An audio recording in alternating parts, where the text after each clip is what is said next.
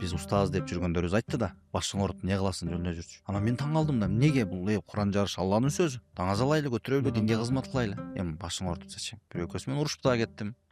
Демек Алланын кызматын кылууда, Алланын расулу үчүн иш кылууда бизде таасирлер бар экенин түшүндүм. Кээ бир адамдардын, кээ бир мамлекеттердин балким, биздин жеке мен өзүм эч кимден корккон жерим жок, эч кимден таасирленген жерим жок. Дукту чогулттум дагы, бисмилла деп туруп баштап салдык. Кызматыңызды алып койбойт эч ким. Менде эч нерсе жок да, ошол эле устаз деп жүргөндөрүбүз, ошол эле дамла деп жүргөндөрүбүз кадимгиден азат бере берди.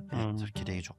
Эмнеге кереги жок? Куран футбол өтөт, улак өтөт, мисалы үчүн толтура ызуучулар менен өтөт. Эмне бар? Волейбол өтөт, толтура баягында арак шарап куюлган, мисалы үчүн жолугушуулар өтөт, поколениянын жолугушуулары өтөт, мисалы үчүн уруу-уруулардын жолугушуулары өтөт. Куран жарыш бул билбейм, бул Куран жарышты даже биз салтка айлантышыбыз керек Кыргызстанда. Айтып атпаймынбы? Канткенде ар бир үй бүлөдөн бирден кары чыгарабыз, масштабдуу иш алып барганда гана, обширный ой жүгүртүп, кенен ой жүгүртүп гана иш алып барганда максатка жете алабыз.